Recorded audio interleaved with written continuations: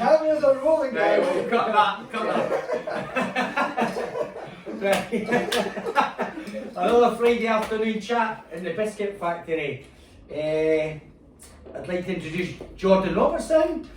Jordan works in the hairdressers down the stair and just bundle of fun, I guess. And laughs. So we just thought we'd ask Jordan to come up and well, she actually volunteered to come up and talk us about like trials and tribulations and stuff like that. She said, do you need stars? Aye, Yeah, totally aye. So we just thought we would Friday afternoon chat. So Jordan Robertson, all areas welcome. Hi, thanks. If you're not feeling like jail now. You're nervous? No. You're nervous. Nah. Right, so Sweating. so what is your story then? What like from, I don't know, when you were young up to this age, what has been like, what do you feel has been your biggest challenges? Well, probably my gender, I'd say. Right, okay. Obviously being like male to female transgender. Right. I would say that's one of the biggest ones, and that kind of comes with its own problems. Mm-hmm. As well, I mean, there's a lot of good stuff. I wouldn't change it now. Aye. For a long time, I think I would if I got asked now if there was a pill to take it and cure it, I wouldn't do it. Aye. But yeah, it took a long time to get there to like kind of be comfortable in my own skin. So when you say comfort in your own skin, what exactly do you mean? To accept who you are, I think. I think, you know, being transgender, when you always feel like you're different, and when you're different, you feel like there's something wrong with you. Mm-hmm. No matter what you're like, I think, you know, you always have that, why am I not like everybody else, there must be something wrong. Aye. Feel kind of damaged in that, I think you get to the point where you're like, actually, maybe it's special. Uh-huh. Maybe you're, you know, being different isn't always a bad thing, it's, you know, you learn from it, it makes you who you are, so. Yeah, it's taken a long time, but I got there. It's a subject that I don't know a lot about personally, so I find this like really interesting to like speak about. So what? How did that evolve then? Like when you were growing up, and what type of challenges when it started to like come to fruition? Like what did that bring? Was up it a for spell? you? Was it a teenage spell or was it I younger? think you always know. My mum got phoned in the nursery in, well, it's been like 95, and she thought, oh god, it's serious, like this, I've been called in a nursery, like, they've done something wrong, and it was, not that I would ever do that, not like that, but, Stop trying to hide your cellar, I know, man. I'm like, Drink it. I got back to the fact I didn't have it, I couldn't do the shows, I'm just covering that. We'd have to courage you. Aye, that's it. That's a bit of product placement as well, eh? Yeah, We didn't actually mean that. No, Product placement. what was I going to say? Sorry, what's my train of No, thought? so like, Oh yeah, so she got phoned in and it was all because I was wearing the Beauty and the Beast dress, the Bell one. Oh really? So, and my mum was like, okay, so is it because Jordan's not sharing? Like, what's your issue? So then I got sent to school for next year with my own one in my bag. Because she was like, nobody's telling me my baby's not right. Oh really? So she was really good. Yeah, my mum's, I mean, it's been hard for her, ups and downs, and I think any parent, you worry. That's my mum's main thing, she worries. Right. She's always worried that somebody's going to hurt you or somebody's going to do something or something like that. But, yeah, you know. And was there, so was there like a, and again, I'm asking these questions from like a place where I don't like, I've not got much experience in it, so was there like a tipping point for you where you still like, were you unsure to like a certain point, or like did there come a point you're like, right, like this is the way it is type thing, or? I think being really feminine obviously my whole life, Mm-hmm. like I always kind of just had that thing, I thought I was gay. Thought, right, you must be gay because you're feminine, blah blah, but I never felt comfortable. I didn't ever feel like a gay man. You know, there was always something there, I always wanted to wear makeup and women's clothes and do all that, but never in like a fetish way or something weird, it was just what I liked. You know, if I've got a choice to do things, I was always drawn to what would be classed as the more typically feminine side. Right. And then after years and then obviously come out as gay and all that, it's just never felt right. It was never what I was and what I was about. So actually then I started wearing a bit of makeup, and then I was like women's tops and jeans, and then you know it just adds and multiplies, and then all of a sudden I was like, no, actually this is who I'm meant to be. Right. And I realised that my body, my issues that I had, most of my issues with my body were due to the fact that I didn't look like a woman. I didn't have the shape of a woman, you know, I didn't have boobs, I didn't have that, like, and I thought that was probably when I kind of realised and thought, no, this is what I'm meant to be. So, because like, I mean, I've been looking, well, I've looked like, maybe not quite like this, a bit more like David now at times. When I was younger, but since I was about 18, but medically I've only been transitioning for 2.5 years. Oh really? Yeah, so on hormones and stuff for 2.5 years. So yeah, I think, but I wanted to be sure. I think before you change anything in your body and you do that, like, you need to know who you are. And I was always quite happy before, but there was things missing. You know, and then obviously things like, as you get older, you get more facial hair. You start to be more of a man's belt and things like that, and that bothered me more and more the older I got. Because I think, like, everyone thinks puberty is the kind of time you realise, but you don't change that much then. You know, you're probably talking like mid-20s before your body really starts to change into being a real, like, man, like, you get hair on your chest, things like that. And that was when it really kind of clicked to me, like, I can't deal with this. So you say there, like, earlier on, you were like, it just didn't feel right. What do you mean exactly? Like, it didn't feel right? Because that, it's all, like, it portrays, like, almost like there was, like, a real, like internal sort of struggle going on, what was that like? Like, what do you mean by that? I think I know, but just yeah. I think it's that you're trying to fight something. You're trying to be this stereotypical what you should be, whether that be a cis man or a gay man or anyone. Like, I think, you know, there's so many boxes now to be in. Like, you can be whatever, but, you know, I guess it would be the easiest way to explain it would be like if I was to now put you in a dress. Because it's not what you're used to, it's not who you are, it's not what you're about. I don't know. But, you know, not one to judge. That's not one to judge. There's a lock on that door, so, you know. But yeah, you know, and it maybe just... after a couple of glasses of wine. That's it. Well, there's plenty there. There's plenty there. Come down to Fundamental, best out of Edinburgh, but come down and see us. We'll sort it. But, yeah. So it's just that, you know, it's just not who you are.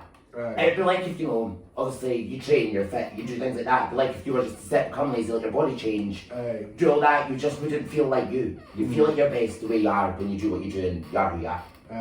So if you're not that, it struggles. And I've dealt with a lot with food when I was younger. I was 18 stone at my biggest. Really? Yeah, and then I think I had a lot of issues with food. Didn't eat for a long time, kind of made myself quite ill with it. And I think that was all because I was constantly trying to chase this body that I wasn't in. Didn't matter what size was, it was all about the fact that I wasn't who I was meant to be, and I didn't, you know, my brain didn't fit with the shell. Yeah, it was like deeper rooted. Yeah. You can figure it out, like, but you knew there was something there. There was always something underlying, something that I was like, no, this isn't me, it's not who I was meant to be. And then obviously over time, you just get more comfortable, you start doing things, and it's really scary at first because, of course, you get looked at. Yeah. You know, if especially, I mean, 10 years ago, it doesn't sound like a big thing when you think about the gay community and things like that, but the trans community now are where the gay community was in the 90s. It's still a lot further back than most people realise. So you still get people looking, and especially I don't get so much now. I think I manage to kind of present myself in a way. But if I'm on the phone walking down the street and people hear my voice, they're like, voice does not match your face. Which is fine, but like, you know, it's all these things that then trigger dysphoria. So, you know, it's just getting used to changing yourself. Sorry, my dog's being nuts. I guess it's there are a couple of things that spring to mind. Like for me, there it's almost like so. As you grow up, like, and again, this is changing modern day, like, but like, a few years ago, like the way society's structured, it had like certain definitions of the way like men should be and the way women should be, and these are all like. They are technically social constructions as to like the way that like the definition of like masculinity, the definition of femininity, do you know what I mean? And then I get like, so what you're saying that you didn't like you're feeling that you didn't feel that you fitted into either. Yeah. Or and I just into my own self. And I think being really feminine and acting that way when I was younger, people just didn't say, oh, gay man, and I was like, well, I don't really feel like that because it's not exactly who I am. And it was always, you know, you're always getting put in a bracket and always put into something, so you have to feel like you have to fit it. And I found that it was just took me time, like I had to do it progressively. It wasn't like one day I was doing it. Man, it was my name, quite like that. It makes me feel like I'm always going to be myself. Jordan's a nice name, right? But, thanks. But a lot easier if I'd been called like, you know, Jordan than Paul or something like that. Because then you've got that to deal with as well. And I think my family and everyone found that easier as well because they never felt like they lost someone. And I think I never felt like that. And it was sometimes I think it was harder because I didn't have that change instantly being like, right, I'm Jenny now. You know, so people didn't quite understand because you were still just Jordan. So you were kind of like changing yourself and changing everything around you, but you're still who you are. Aye, so aye. There was no identity change in terms of like you. No. Like, Aye. and you were, it's to me it's like, it sounds like when you were born there was maybe like a gender, like you maybe came out the wrong gender of who you are, and it's like you've lived your whole life through though. You've been true to yourself your whole life, like that. Like you can't put that on. You can't go into nursery at that age and behaving that was just who you are. So it's like it takes massive confidence to step out. Like obviously what you're saying about like social, like the way that things were, like people weren't allowed to step out and be who they wanted to be back when our granddads and great granddads and even when our parents were these ages, like you know what I mean. And you're talking when we were young, to walk about and be openly gay or trans or anything like that, like it was taboo. It was like there was, you know, again it goes back to that. There's something wrong with you. You're not what you should be, and for anybody to talk like that's horrible. But it's finding your way now. Like it's just keep finding yourself, learning who you are. But I guess it's also what you're surrounded by. Because if you're not surrounded by people who allow you to do this, totally. Then you can be restricted. And I mean the life expectancy for I think a black trans woman in America, which I know is not here and stuff, is 35. Oh really? Through violence, but mostly suicide, because they can't cope. And their families won't accept them for who they are, and that is the hardest thing. I mean, you know, 35, that's nothing. Aye. And that's in America, and I know that's sort of different, they have different extremes there, but it's happening here all the time. You know, it's really similar. I know several trans people that have thought about taking their life for their gender. Really? And I mean, not wanting to live because you can't live as who you are, it must be horrific. Yeah, you're not allowed to live who you are. Like, it makes you feel like what's the point of living? Well, that's it. So some of the transgender stuff that the community that you are doing, tell me some of the stuff that you are focusing on. I mean, you've obviously got like pride and just, I think now trying to focus on changing people's opinions of just everything in general, like just being accepted as a person. You know, I'm quite proud that I'm trans. It's nothing I hide. I don't pretend to be born female because it's taken me to where I've got now. And everything that I've done has got me here, but I think there are a lot of people who would just rather pretend it's not happening. And I think a lot of the problems in our own community, and it's people who are ashamed to be themselves or aren't aware of, you know, the support they have around them. And I mean, I was guilty for it myself at one point. You know, it took me a long time to be around trans people, and I think it was probably because I didn't want to accept myself. So being around people like myself made me kind of face what I was. And when you're not ready for that and you're not in that situation, like it makes it even harder. But that's something that we have to get over as a whole community. And also, you know, in every respect of the LGBT plus community, there's sometimes that feel of a battle going on amongst us. Whether it's the gays and the trans women, or you know, the trans men, or even trans women against trans women. And I think we have to look internally and think about what we're doing as a community. And how we're teaching the younger ones. I've got somebody that's really close to me that's worked with us and they've just come out and they're not sure, but all you can do is go, right, well this is what I did. Not every story's going to be the same, but a bit of support, because we never had that, because there wasn't people open and out like us then. That's amazing, like they're guiding people that are trying to be their true selves.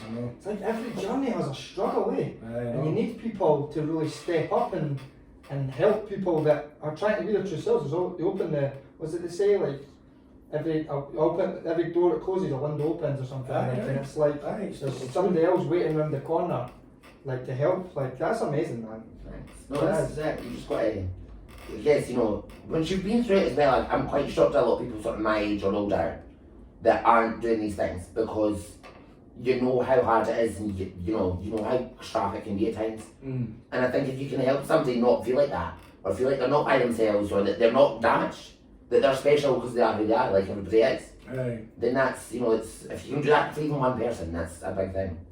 I think it's inspiring even in the context of like,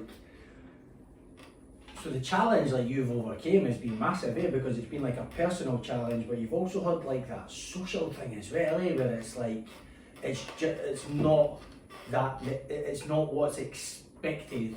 Yeah. Do you know what I mean? So it's like that personal struggle, and then the social struggle, and then it's the coming up into society, and then friends and family and that. And I think it's like your underlying message is like you've had to like be you. And I think that's something that like we try to like thingy on this show, is like it's so important to like, whether it's, your own personal struggle, or whether being you is like, I don't know, like you're a florist, but it's like you're a joiner, or you're this, and I think that's like something that it's so essential to lead a happy life. I think is to follow that, like, and then again, it's different for everybody. It's different for everybody. It's like try not to be who you are. I think you're fighting a constant battle, and that's exhausting. Fighting a battle with anyone, but if it's in your own head and you do it all the time, that's how I can see people can't cope. Because it is. I mean, imagine you're fighting. If you're fighting against who you are every single day, it's hard. And if you're going to live like that, you don't see an end to it, you don't see a way getting out, then no wonder people end up in these situations they feel they can't get out of. To saying as well, like, if you're not being true to yourself and you're hurting, hurt people. So they're the ones, not the ones, but people who are hurting and not being their authentic selves are maybe unaware of hurting other people because of the way that they feel. So it's like you're saying in society, like, how do we bring awareness to this? How do we change it? Like, did you ever feel, Jordan, that at times were you ever nervous or scared to like go out at all? Oh, every day. Every single day in life. You know, I'll still see groups of people, you know, you're walking past the building site, and I'm like, it just takes one of them to catch on, say something, and it starts. And you know, every day. But what's your other option?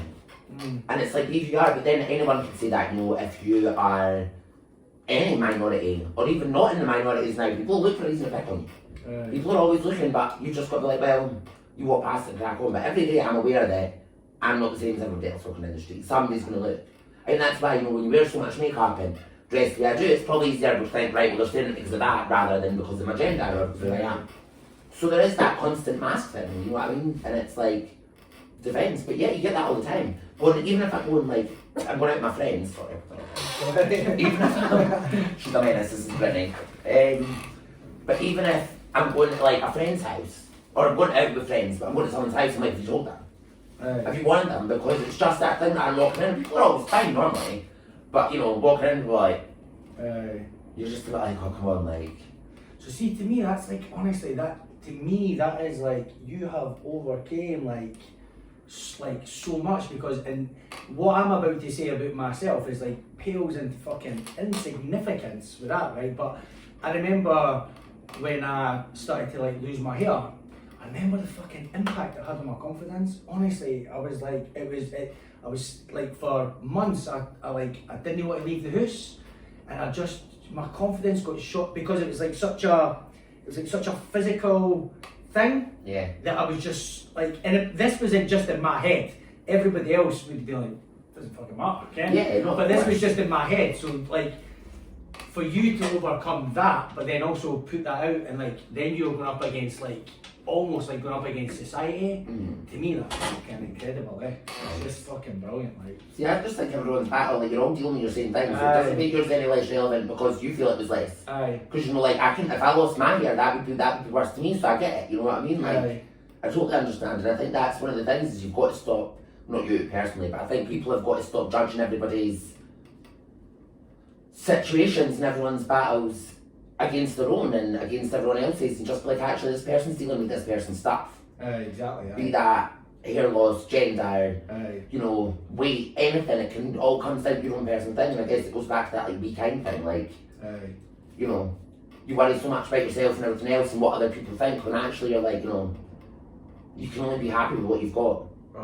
And at the end of the day, you lock yourself away and you don't do it. My grandma actually, on my dad's side, who I no longer talk to, told me that if I wanted to be like this, I should do it in the privacy of my own house.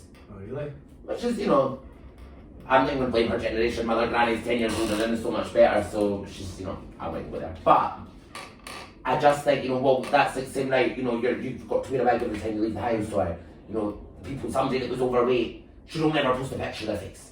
Don't ever do that, and it's like, don't be who you are, because that's who you are, but if that's who you are, do it at home, not like, go and live your life and live it the best way you can. And you're only holding yourself back by kind of not accepting it. Because I would say that's probably my biggest thing is acceptance. Like, I had to accept I was this way. And it'd be happy, I had to accept that and move on. At what point did you actually feel that you'd done that? I think I'm probably still doing it to this day. I think, you know, you just accept that, right, this is what I'm going to do. I think, you know, the waiting list now at the doctors to be medically sort of to medically transition is about 2 years to speak to someone. And they've not long taken it off the mental health register.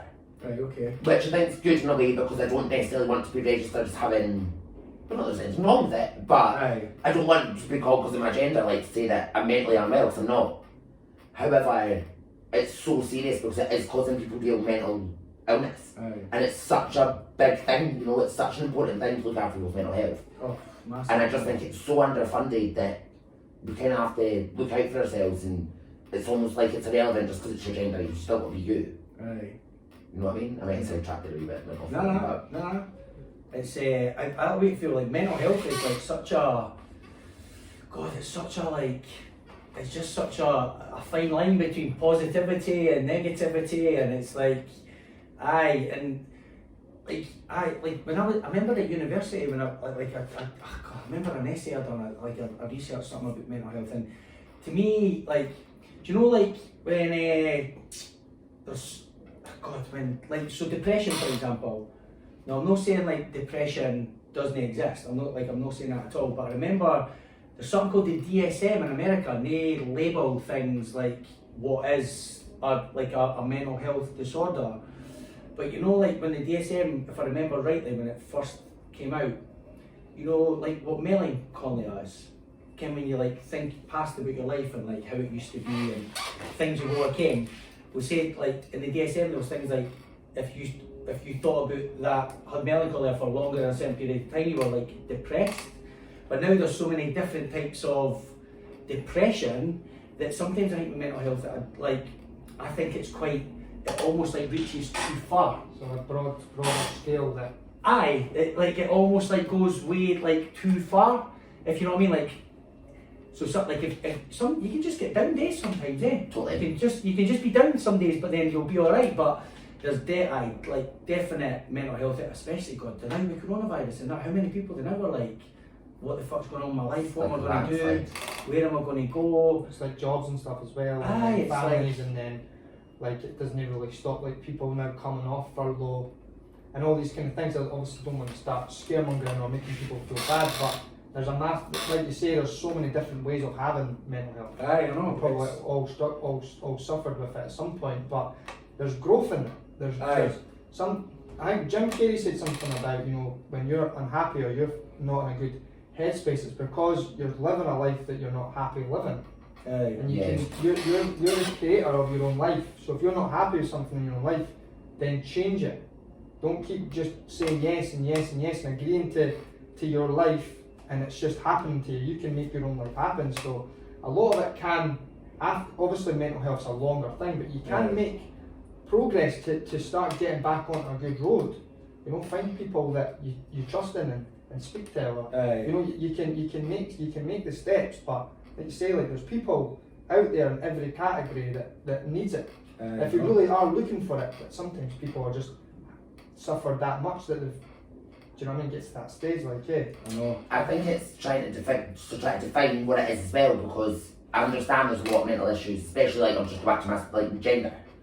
But I wouldn't want people to think that somebody would have depression because they were transgender. They've got depression because they're not dealing with it. It's not being dealt with properly. It's not because of who you are, and I think that's one of the biggest things that people mistake. People think I'm stuck in this like depressed state because I'm trans. No, you're stuck because you're not getting supported as well as you should. You've not got the backup. You're stuck because you're not living your true self. And I think that's the problem as well. Like, you've got to stop labelling it as you're depressed because of this issue. It's, you know, it's actually it's because it's not being dealt with. And it's no fault of anybody's own. But, you know, I think that's another thing. You've got to think, you know, Support's so important to have people that really support you. It's okay to talk. I say this all the time. People say, it's okay to talk, yet there's so many group chats and things going on where people are getting ripped and slated and stuff, and it's like, well, is it though? Is it safe? It says it one week and then the next week everybody's forgot about it and they've all moved on again. So it's making sure that you've got a safe place to actually, or a space to talk and to. I think with the, like, in your instance, Jordan, as well, the gender and like, because it's still not like mainstream as well, it's almost like, I just got a visionary, like somebody almost like try to come out like an egg or a shell, and they're struggling to like kind of come out. Yeah.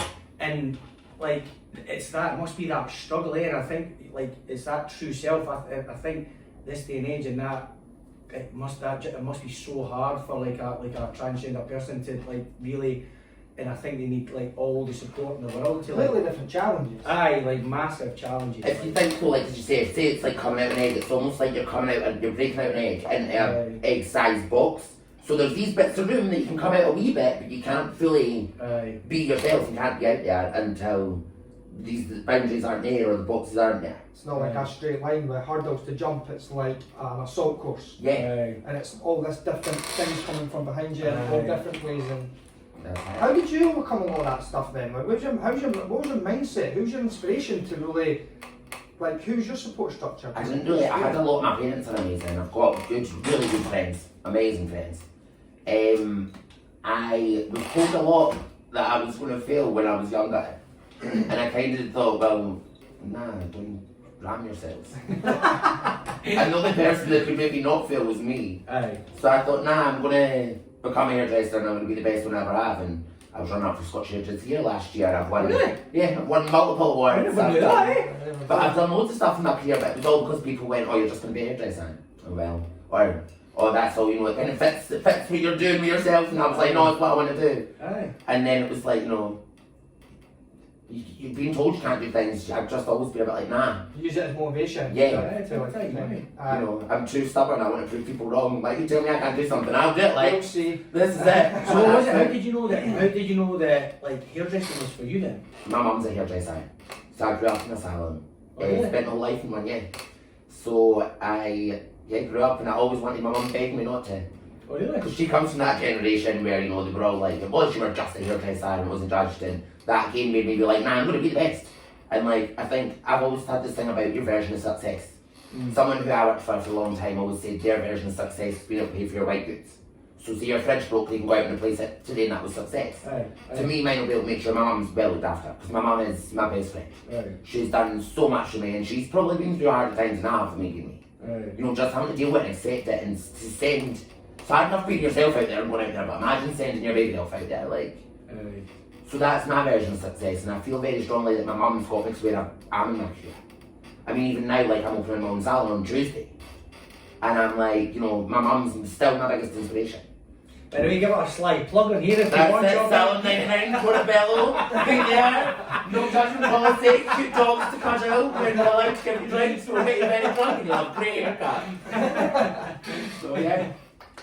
Well, that's brilliant news, that's brilliant news, man. So yeah, You're excited about I'm like, if I don't talk about it for too long, I don't start sweating. But no, I'm alright, that's good. I've got a great meeting behind me and stuff, and I grew up in it, and I think, you know, I know I can cut hair. I can cut colour hair. So as long as I've got a room, I've got electricity, water, what I need, I can do my job. So yeah, I'm excited. Really what is it excited. you love about it? Making people feel the best they can in themselves. Because you're not faking anything with people. You know, you're not, okay, you can add extensions, you can fake colour, you can do whatever, but it's theirs. So you're sending somebody off and you've made them the best version of themselves, however they feel. There might be some things I don't necessarily love. Like, I might be like, right, okay, it's not the colour I would maybe choose for someone or whatever, but if it's what they want, it's what makes them happy, I'm delighted to see that person, you know, feel 5 foot taller leaving my shop. That's what it's all about. I think that again goes back to myself, my weight, and looking the way I do and changing who I was. Like, you get to model yourself and you get to make yourself into this person. And that's what you get to do for people, you know. You get to just help them be them. Because when you say how much you love it, what was trying to get here is like, I was thinking back, like, or just people that I know, when you say you love it, I know, like, when I do stuff that I love and when Daryl does stuff that he loves, it's almost like, it's like you're in the moment, and it's like you didn't like really. I always think that's a good judge of, like, if you're doing something that you really are passionate about, when it's like almost like you're not stuck anywhere else. Time doesn't exist. So you're just cutting hair and you're like, man, I'm fucking up. I love You have to be in the present. Aye. But even just to hear other people's problems, like, get to switch off for a minute. Like, found out one day my ex-fiance was cheating on me. Oh God. Listen, Esther, I got a message, right? Sorry, man. No, it's fine, no, it's brutal, right? But listen, honestly, I put a colour on this new client's hair. Literally put the colour on, went, checked my phone, and I thought, fuck. Sorry. I was like, I'm sorry. But I was like, I've got to go back and cut this woman's hair, and my whole life is just falling to shit. Like, what? But I did, and I went back, and I leathered to her, and I mean, at one point I was shaking, and I thought, I can't do this. But I finished it, and see, after just having that 45 minutes to calm down and get my head together, I went up the road, packed the stuff, put it out, phoned them, told them I'd left my keys, and it was done. Whereas God knows how I would have reacted or kicked off or not even made a fool of myself if I had to go and do that. Yeah, Or but really pitching like a blessing in doctor. disguise that you had that chance to cool But yourself down. that's But then what- your own head being like, right, calm down. Aye. Just focus on how to make her this the best. How's your weekend? That's- You got planned? It's like that. Oh my God. Aye, going anywhere nice on your holidays. I'm thinking, right, where do I find the dental for his clothes again? Like, but you just have to like, and that's even a joke here, but, so yeah, that's for another video. But yeah, you know, that's Sharpening the scissors like that. just a little off the top, boy. But no, it was the best thing for me. Nothing could have set me up better to go and deal with it than just not having to deal with it for 15 minutes or 45 minutes. And she still comes to me this day, and she would never know. Like, I've never told her, I bet she had no idea it was her. Really? But yeah, because you have to just go right back on the salon floor.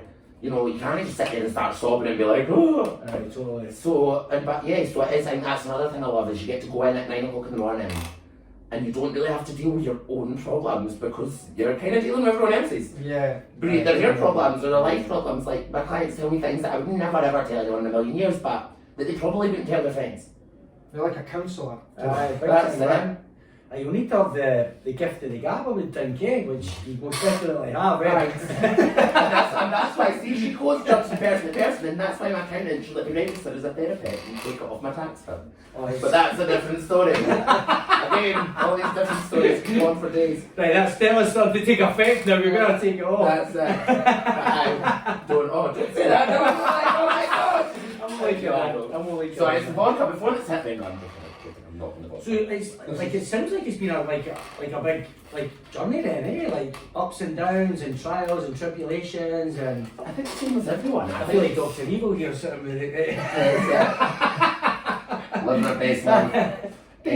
I think everyone's. It's funny. I think when it's your life, you don't feel like that. Like it's just like, oh well, like it's just what you deal with. Like it's just what you do, and you get on with it. And then, I mean, my biggest problems in my life are things like it's funny.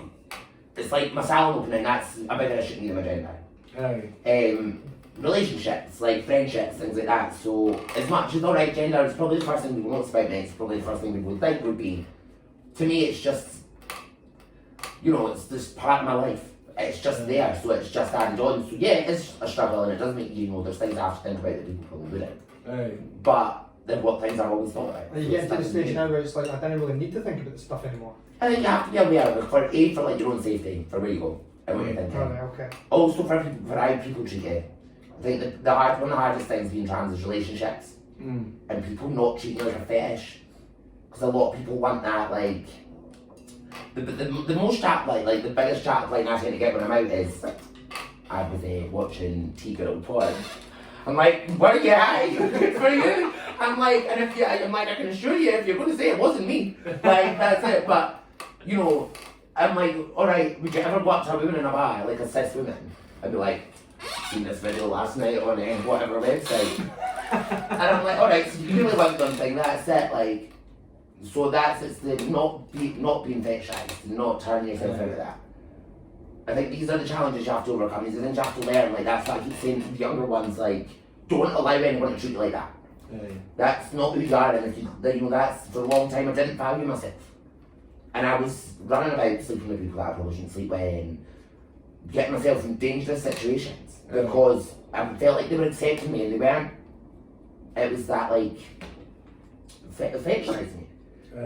You know, and that's one of the harder bits as well. You don't ever want to be treated like that, and it does make you feel like less of a human, and less, valuable, and and I'm like, no, actually, I've got so much more to offer than that. So how, when did you? Because I think that's massive as well. So what you're talking about there is like self-worth in that as well. Knowing your worth. So, did you struggle with that previously? Oh, massively. Massively. I think all stems. I was 18 stone at my biggest estate, and then the weight loss and you still don't feel confident. You know, I'm like a 10 now, and it still doesn't feel much different. Aye. And then obviously changing everything else, you don't, you know, and then all of a sudden someone's nice to you.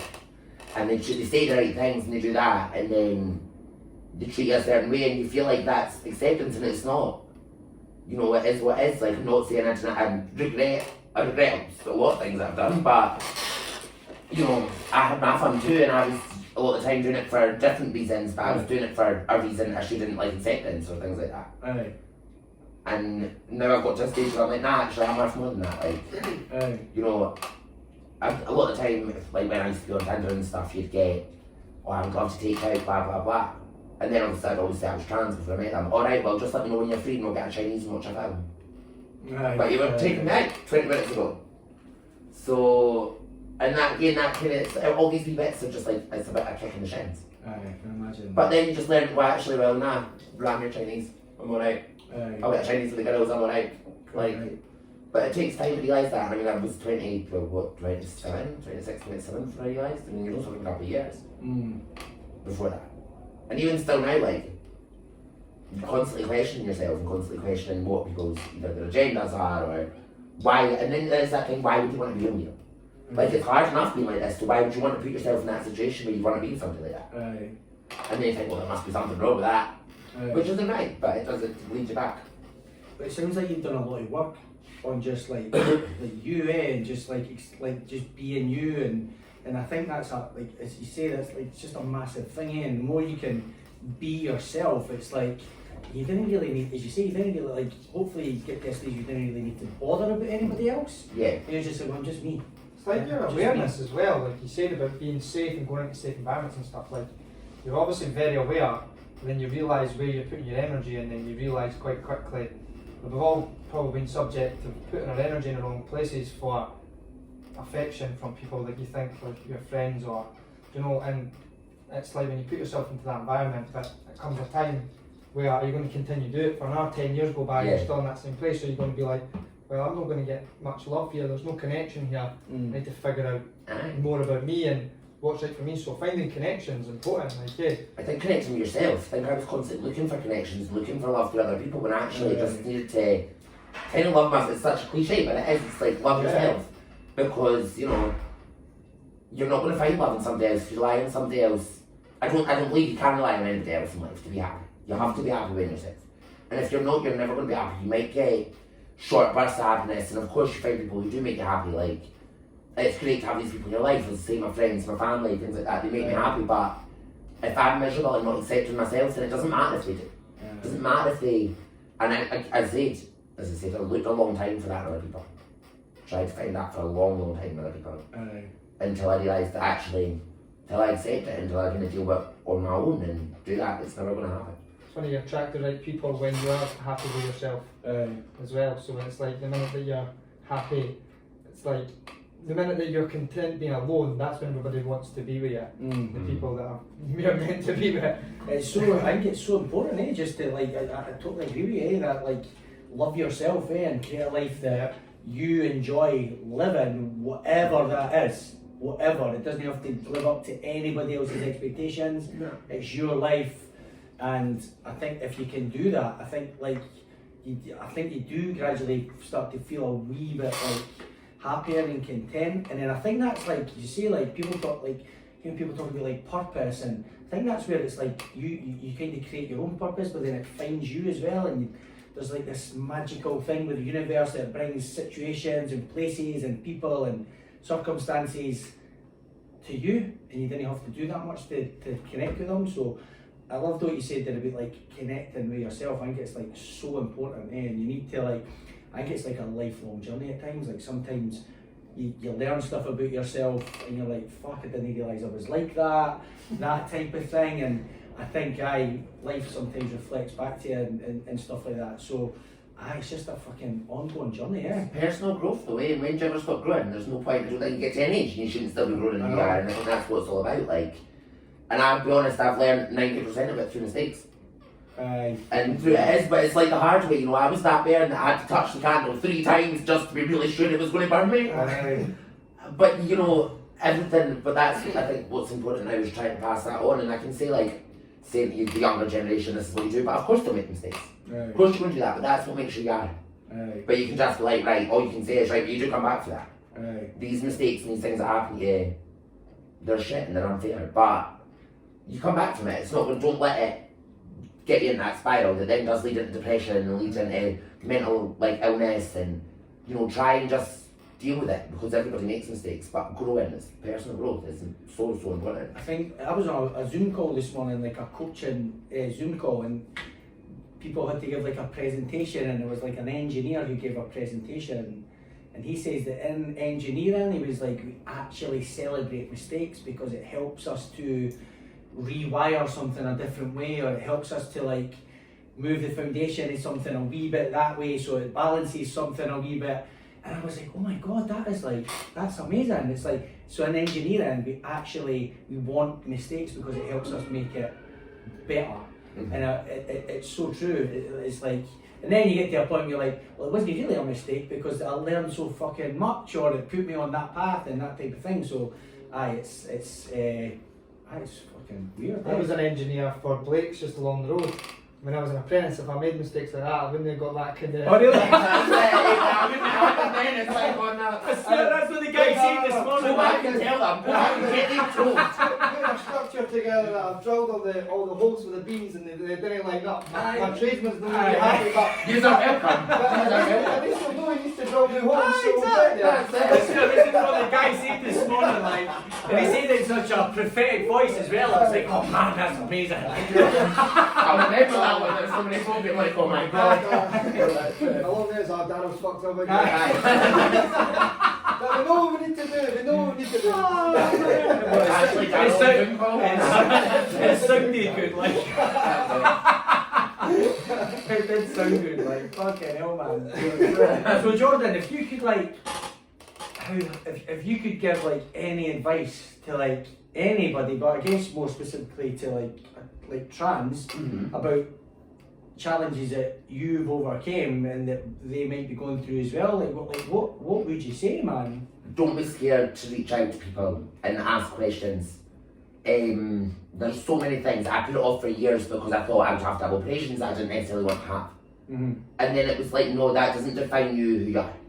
Being what that was, so ask questions. I didn't know that until a nurse told me that actually 60% of people don't have this operation, and other things, and that made me realize that, alright, okay, so that is me, I'm kind of that person. You know what I mean? Like, right. I can still get this truth, but I thought because I never knew, because I didn't know anybody like me, and I hadn't spoken to anybody like me, I just thought, well, that's not me then, I'm not in that, I don't fit that, so I can't be that, which is what I am, but I feel like I couldn't. So ask questions, go into support groups, even on Facebook there's ones, reach out to people, and don't think instantly you are or you aren't, and don't worry if you are or you're not. Like, just be who you are and be comfortable, and if that's where you feel you fall into, do that, but do it for yourself. Right. And as much as it might be hard, you might have family that don't accept it, and friends will change that. If these people aren't willing to take you as you, that's not people that love you. Right. Like, people might love you, but if they're not willing to be like, well, we love you unconditionally. The people that left me when I went through my hardest shits left me at the worst time in my life. And the hardest time, and some of them have tried to come back, and I'm like, nah. I would like to say I'm not a spiteful person, it would be a lie. But, but nah, you're not walking away from me when I needed you and I needed everything. And I'll stick with people who are. So ask questions, don't be afraid of it, don't be scared to do your research. Don't deny who you are either, don't think that there's anything wrong with you. That's probably the biggest thing, don't feel broken. You might not always feel special, nobody feels special every day, but you've got something that makes you different to everyone else. You've got something, you've got your unique selling point. It's something, I'm sure a lot of people were probably maybe drawn to me in the first place because of the way I am, and they've either ended up becoming great clients, great friends, or, anything. But it can be something that makes you special, it's not a handicap. It's just who you are, and if you spend the rest of your life fighting who you are, you'll never get to be you. Oh man, that's just fucking, that's brilliant, eh?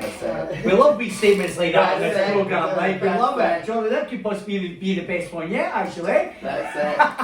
Inspirational quote, I've got them written down under my I'm looking at them. Like that, my wee inspirational quote making the thing, mate. You do you, Han, like, it's fine. Well, and like that, like that's been amazing. Hey, thanks so much for like coming up and having a wee blether, and it's been nice to like know more about you and that as well. So Are you going to have a lunch on Tuesday or? Well, we're not having a lunch because obviously social distancing and things at the moment, but I will be invited.